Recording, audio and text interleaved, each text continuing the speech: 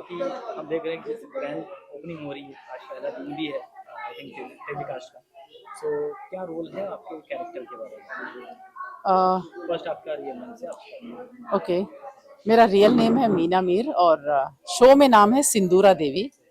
तो कैरेक्टर है दादी का, परी की दादी। और बहुत ही एकदम जैसे घर में दादियाँ होती हैं वैसी ही दादी है। परंपराओं को निभाती है, बहुत पूजा पाठ करती है और चाहती है कि उसके बच्चे भी ये सारी चीज़ें फॉलो करें। और उसके बच्चे हैं भी ऐसे, मेरे 2 बेटे हैं, 2 बहुएं हैं घर में, मेरी पोती है, एक पोता है। तो घर में दादी की राय की बहुत अहमियत है, जो भी वो कह देती है वो आखिरी बात होती है।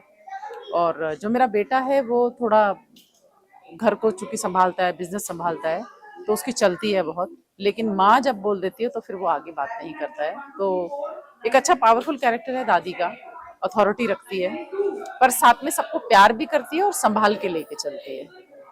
यूँ तो हमने अक्सर से देखा है कि दादी जो होती है थोड़ी सी स्ट्रिक्ट होती है और सॉरी फॉर लैंग्वेज थोड़ी खड़ूस भी होती है। सो कैसा रोल है आपका? खड़ूस तो नहीं बोलेंगे, हाँ स्ट्रिक्ट है, क्योंकि वो उसूलों को बहुत मानने वाली है और एक सामाजिक जो दायरा है जिसमें हम सभी लोग रहते हैं वो उसको बहुत अहमियत देती है कि कोई भी ऐसी चीज मेरा घर या परिवार ना करे, मेरे बच्चे ना करें जिससे हमारा नाम खराब हो, या लोग मेरे बच्चों के बारे में या हमारे परिवार के बारे में या जो हमारे बुजुर्ग इस नाम को बना के गए हैं उसके बारे में किसी भी तरह का मजाक बने या कोई भी स्कैंडल हो। तो दादी सबको इस मामले में अलर्ट करती रहती है कि कोई भी कुछ ऐसा नहीं करेगा। तो खड़ूस नहीं है बट उसूलों वाली है। यूँ कहें गुड़िया रानी तो किस टाइप की स्टोरी है, हम क्या इसमें देख सकते हैं? गुड़िया रानी एक कहानी है, बच्ची की कहानी है, छोटी बच्ची की, बट 2 बच्चियां हैं जो दोनों अलग अलग बैकग्राउंड से हैं।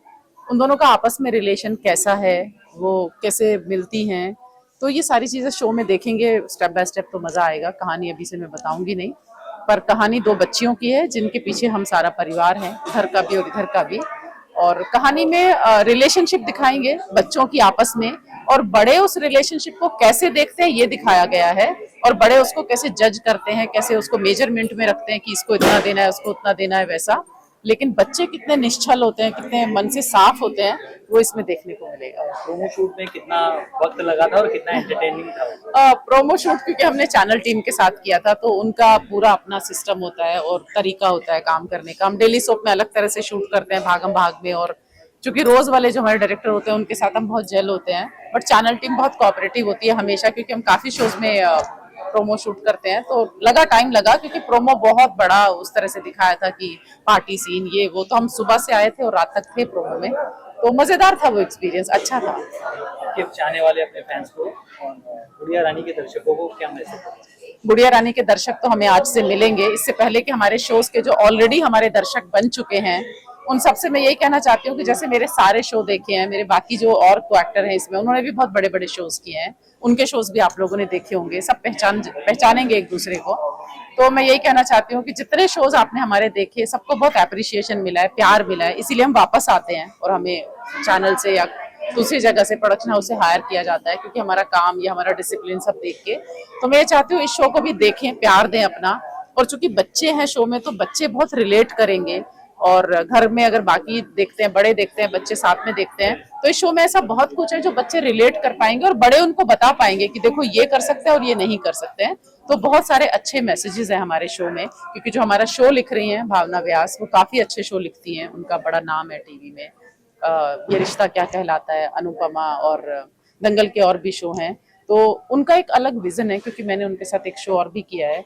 तो जो बारीकी वो देखती है ना रिश्तों में, और जो वो इंटरकनेक्शन होते हैं ना रिश्तों में, जो मिसिंग है, जो हम लोग भी मिस करते हैं भाग दौड़ वाली लाइफ में, वो जब उनके साथ काम करते हैं ना तो वापस से रिवाइव हो जाता है। वो बहुत कमाल की चीज है, मतलब जिसको बोलते हैं ना नमक, वो है भावना के लिखने में।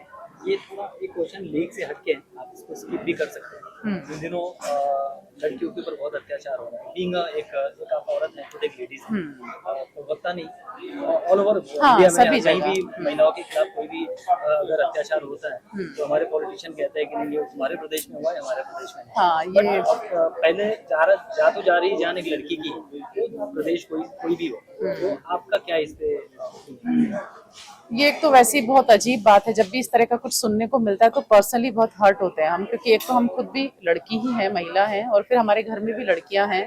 तो कहीं भी होता है, किसी भी शहर में होता है, किसी के साथ भी होता है, उससे जाति धर्म संप्रदाय का लेना देना नहीं है। और जब इस तरह के बयान आते हैं या पॉलिटिकल बयान आते हैं कि भाई इस प्रदेश में अच्छा है और वहाँ अच्छा नहीं है, तो वैसा नहीं है। हम सब जान रहे हैं कि पिछले 10 या 15 सालों में, मेरे ख्याल 10 साल बाद ये दूसरा वापस किस्सा है जो इसके पहले 10 साल पहले हुआ था, और भी बहुत हुए हैं जो नजर में नहीं आते लोगों के।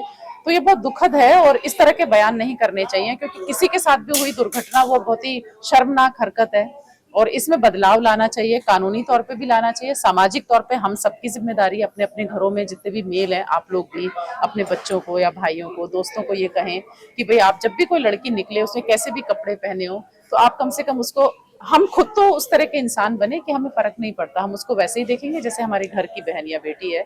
तो सुरक्षा के लेवल पे बहुत काम होना जरूरी है हमारे देश में, क्योंकि हमारी छवि बाहर वैसे तो बहुत अच्छी बन रही है पिछले कुछ सालों में, जैसा लोग कह रहे हैं कि विश्व गुरु बनने की तरफ हम जा रहे हैं।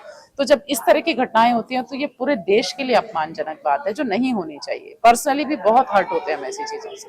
लास्ट क्वेश्चन आपके लिए कि 78 साल हो गया, 78 ईयर्स पहले हम हमारा देश आजाद हुआ था, आज महिला एक लड़की खुद को कहाँ पाती है, भारत सुरक्षित है या नहीं?